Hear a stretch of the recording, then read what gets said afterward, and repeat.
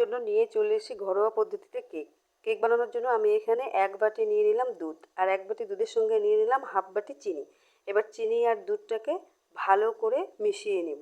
ভালো করে মেশানোর পরে আমি এখানে নিয়ে নিচ্ছি ওই বাটি মেপেই 1 বাটি সুজি। এবার সেটাকেও ভালো করে মিশিয়ে নেব। এখানে প্রত্যেকটা উপকরণ কিন্তু সমান সমান হতে হবে। এবার এদিকে নিয়ে নিলাম আমি হাফ বাটি ময়দা, হাফ বাটির একটু বেশি বেশি হবে আর কি। সেটাকেও ভালো করে মিশিয়ে নিচ্ছি। যে বাটি দিয়ে তোমরা দুধটা নেবে সেই বাটি মেপেই কিন্তু বাকি উপকরণগুলো নিয়ে নেবে, তাহলে দেখবে কেকটা খুবই সুন্দর হবে। এখানে দিয়ে দিচ্ছি বেকিং পাউডার 1 চামচ, বেকিং সোডা 1 চামচ, আর দিয়ে দিচ্ছি সামান্য একটু দুধ। এটা দিয়েও ভালো করে মিশিয়ে ক্রিমের মতো তৈরি করে নেব। তো দেখো আমার মেশানো হয়ে গেছে। এটাও কিন্তু আমি ওই বেটারের সঙ্গে মিশিয়ে আবার ভালো করে ফেটিয়ে নেব। তো এইদিকে আমি যেগুলো যেগুলো দিলাম এগুলো কিন্তু প্রত্যেকটা জিনিসই তোমাদেরকে দিতে হবে, না হলে কিন্তু কেকটা ভালো হবে না।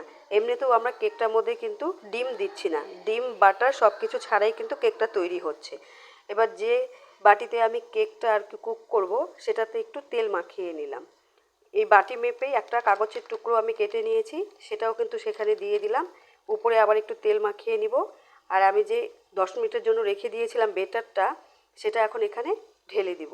দেখো আমার কিন্তু তেল মাখানো হয়ে গেছে।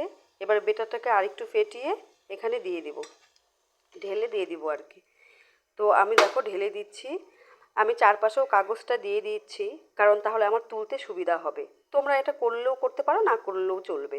আর এইদিকে বালিটাকে কিন্তু খুব ভালো করে গরম করে নিতে হবে। আমি গরম করে নিয়েছিলাম আগে থেকেই, একটা স্ট্যান্ড বসিয়ে এখন কিন্তু ঢাকনা চাপা দিয়ে 30 মিনিটের জন্য রেখে দিয়েছিলাম। 30 মিনিট পরে এটাকে একটু সাজানোর জন্য এখানে আমি দিয়ে দিচ্ছি কিশমিশ আর কয়েকটা চকো চিপস।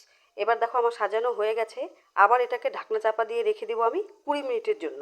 মানে টোটাল 50 মিনিট তোমাকে এটা কুক করতে হবে, তারপরেই কিন্তু সুন্দর একটা কেক তৈরি হবে। তো দেখো আমার কিন্তু কেকটা পুরোপুরি রেডি। আমি কিন্তু এবার নামিয়ে কাগজটাকে ছাড়িয়ে নিব। দেখো কত সুন্দর হয়েছে কেকটার ওপরে বা পেছনটা।